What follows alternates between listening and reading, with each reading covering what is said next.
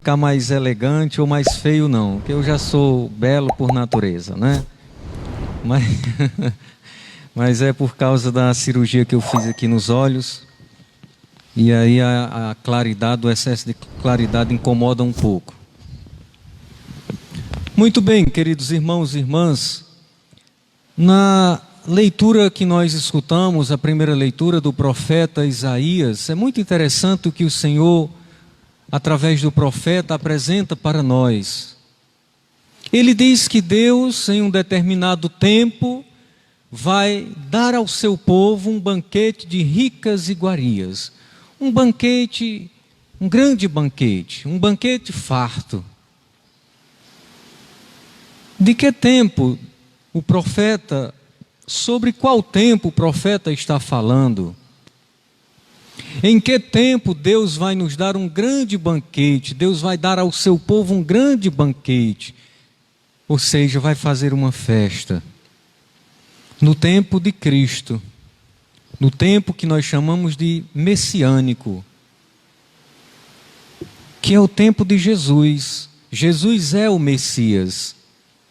Então, o profeta, olhando para a situação desoladora do seu povo, que era o povo da aliança, o povo de Israel, um tempo de sofrimento e distanciamento de Deus, o povo de Israel foi exilado muitas vezes em outras nações, foi levado para outras nações para exercer serviços duros, pesados, apenas para sobreviver.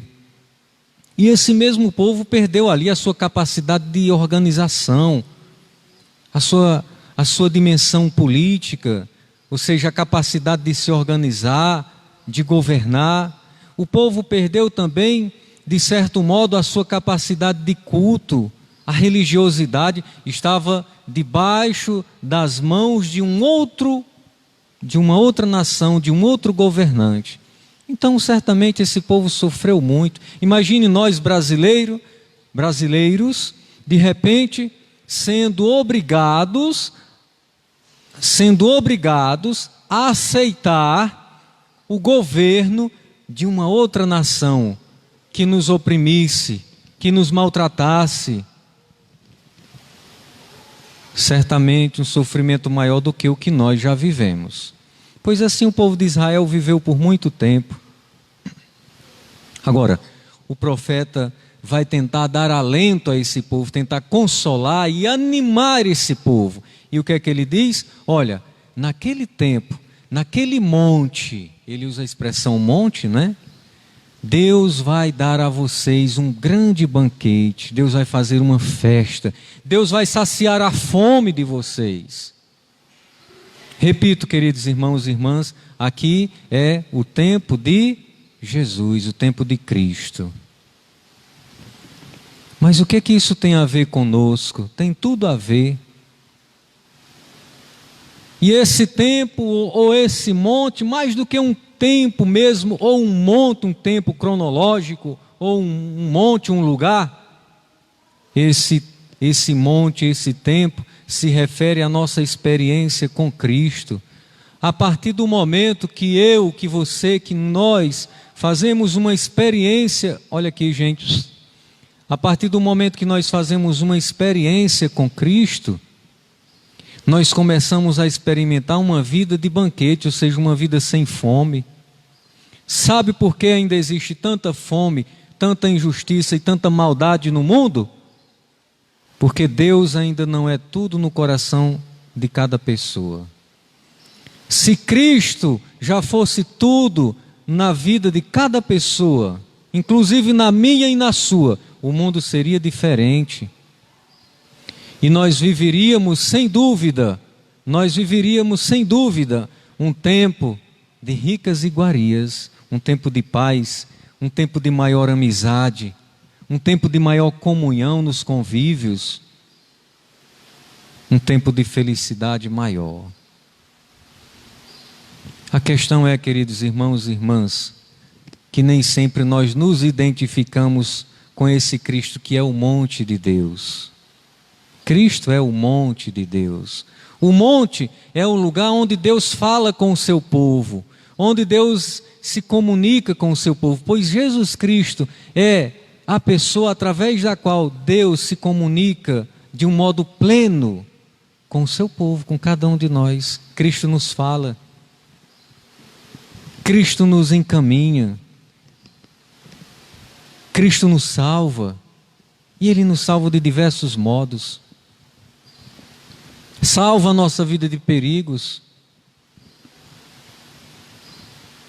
Enfim, São Paulo, queridos irmãos e irmãs, na segunda leitura da carta aos Filipenses, nos dá uma lição.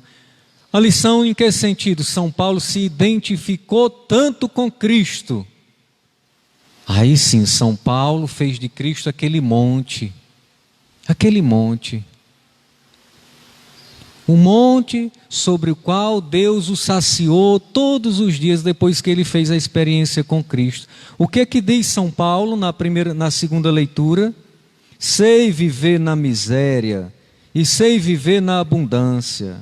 Aprendi o segredo de viver em toda e qualquer situação, estando farto ou passando fome. Então veja que esse banquete, mais do que um banquete de comida, pão, arroz, carne e tudo mais, mais do que um banquete, é um banquete de identidade e de transformação com a pessoa de Jesus. Olhem, não falta comida no mundo, tá? Agora eu me refiro à comida mesmo, a alimento, material, não falta. Vocês acreditam que faltam? Ele não é distribuído, por quê? Porque não existe conversão no coração das pessoas. Aqueles que têm querem ter cada vez mais. Eles querem se saciar de matéria. Mas existe uma outra fome maior que Deus quer saciar em cada um de nós, que é a fome dele mesmo, a fome do seu amor, a fome da sua justiça, a fome de Deus. Quando nós saciamos nossa fome de Deus, tudo mais é acréscimo, ou seja, se a gente tem ou não tem. Eu não estou dizendo aqui que não existe fome no mundo, eu não estou dizendo aqui que nós não precisamos do alimento, das coisas materiais. Nós nem conseguimos viver sem isso, nós precisamos. Mas, queridos irmãos e irmãs, a leitura fala de um banquete que é a felicidade primeira do ser humano, que é Deus. Sei viver na pobreza e na riqueza, sei viver tendo isso ou não tendo, diz São Paulo. Sei viver na fartura ou na penúria, ou na ausência das coisas. Ah, queridos irmãos e irmãs, se nós nos identificássemos mais com Jesus Cristo. E aqui uma pergunta: quem é Jesus para mim? Quem é Jesus para você? Essa pergunta é forte. Quem é Jesus? Quem é Deus para mim? Quem é Deus para nós? Eu já descobri que Ele é a pessoa mais importante da minha vida e que eu preciso tanto dEle que sem Ele eu morreria. Queridos irmãos e irmãs, essa identificação com Cristo, essa identificação com Deus, da qual São Paulo nos dá exemplo, ela começa aqui e nos encaminha para a vida eterna, e aí para uma morte em Deus, para um final feliz. E não pensemos aqui, quando eu digo um final feliz, não pensemos num final sem sofrimento, sem dor, uma morte assim tão tranquila, que a gente não vai sentir nenhuma dor, parece que está anestesiado. Não é isso não. Tem tanta gente que é cheia de Deus e morre sentindo dores, não é verdade? Mas, no entanto, está serena, está tranquila, não está desesperada. Por quê? Porque Deus tomou posse da pessoa, está confiante, está serena. Agora, recentemente morreu aquele bispo, gosto de falar sobre ele, porque era um homem muito de Deus, o Dom Henrique Soares. Conheceram, né, pelo menos aí os meios de comunicação. E Dom Henrique Soares, quando ele teve Covid, morreu disso, né? Então, quando ele estava hospitalizado, acho que alguém da família, o irmão dele, alguém lá perguntou: como você está? Ele disse: o meu corpo está quebrado, o meu corpo está todo quebrado, mas a minha alma está em paz. Estão vendo, gente? Aquele homem experimentou um banquete de ricas iguarias. Quem é o banquete? Quem nos dá o banquete? Deus, Jesus. Aquele homem experimentou o banquete de Jesus.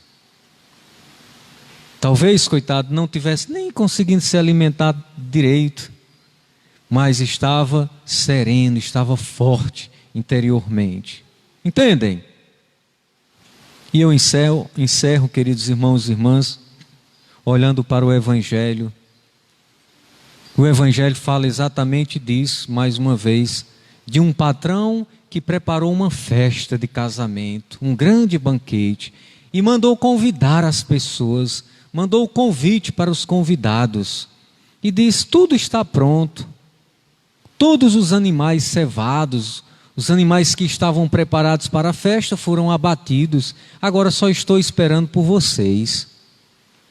E cada um foi dando uma desculpa: vou cuidar do meu campo, vou cuidar do meu negócio, dos meus negócios, não tenho tempo. E ele mandou chamar todo mundo. Isso para dizer que o chamado de Deus é para todos nós. O chamado a fazer uma experiência com Ele. E dessa experiência se alimentar e caminhar com Ele. Depois, aquele patrão percebe, lá pelas tantas, que tem um homem ali que entrou na festa, mas não está preparado, não está com as vestes de festa. O que é isso, queridos irmãos e irmãs? Às vezes nós até começamos, mas não queremos entrar na dança. Não queremos assumir o compromisso. Não queremos mudar nada na nossa vida. Entramos quando até aquele momento que aquilo nos agrada.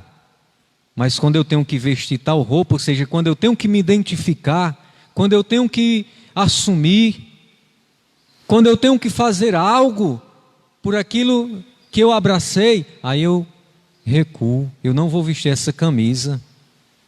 Eu não vou vestir a camisa da missão. Eu não vou vestir a camisa do amor. Eu não vou vestir a camisa do perdão. Eu não vou vestir a camisa da pureza de coração. Eu não vou vestir, e aí você sabe, a camisa, a veste, não é? Entendem, queridos irmãos e irmãs? Quantos atos de rejeição a Deus nós praticamos? Imagine você convidar alguém para uma festa, para um almoço na sua casa, mesmo que seja simples, e aquele alguém não dá nem as horas.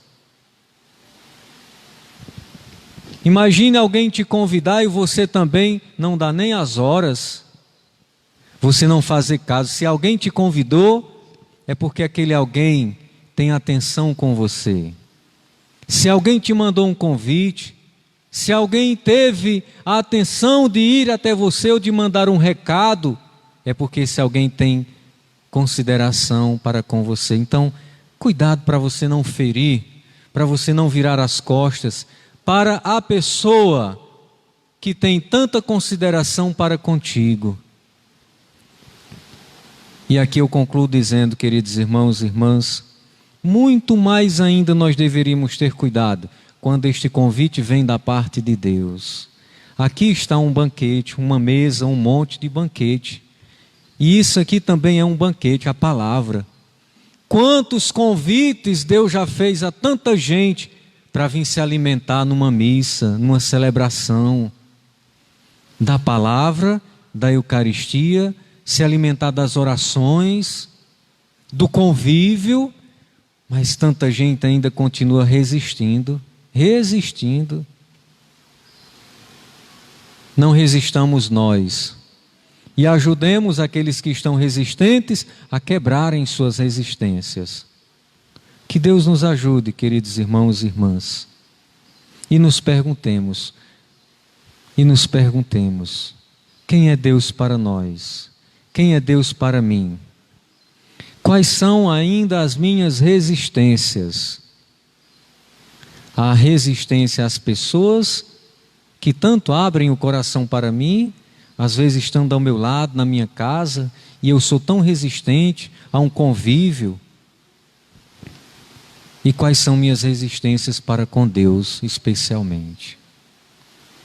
Feche seus olhos, sentado mesmo, um pouquinho.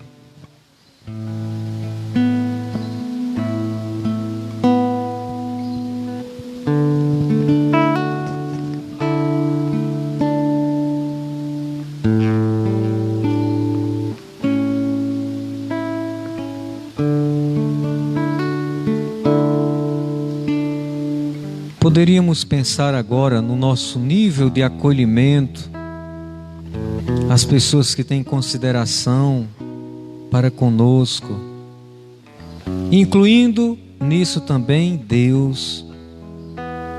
Qual o meu nível de consideração para com estas pessoas e para com Deus, que me chama diariamente, e Ele me chama não para pedir, mas para ofertar. Ele quer curar o nosso coração, Ele quer nos consolar, Ele quer nos alimentar.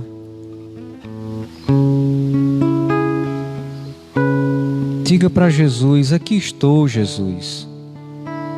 Tu me conheces, Tu sabes tudo de mim. Aqui estou, Senhor, porque eu preciso me alimentar de Ti. Eu preciso entrar, Senhor, na Tua festa e participar do Teu banquete, para me alimentar, me fortalecer. Aqui estou, Jesus. Me alimente de tal modo que eu me fortaleça, e que eu me fortaleça tanto, Senhor, com o Teu alimento, que eu não seja mais capaz de Te deixar, que eu não seja mais capaz de virar as costas para Ti. Me alimente, Senhor Jesus. Me fortaleça. E me perdoa por todas as vezes. Peça também perdão a Deus, você, por todas as vezes que eu rejeitei estar na Tua festa, que eu não escutei o Teu chamado. Me perdoa, Jesus, por todas as vezes que eu renunciei, que eu inventei desculpas para não atender ao Teu pedido, ao Teu convite.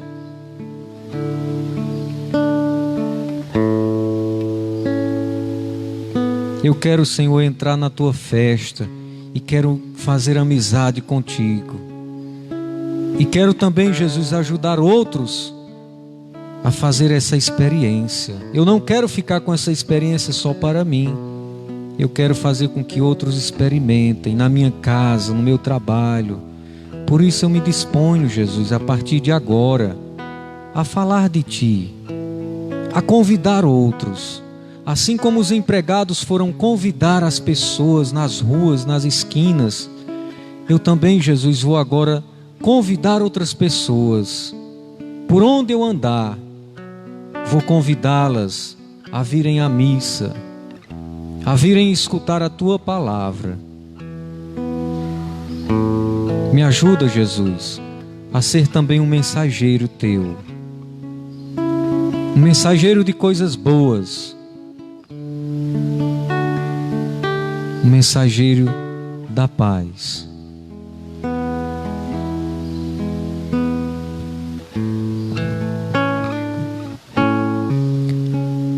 Louvado seja nosso Senhor Jesus Cristo. Para sempre seja louvado.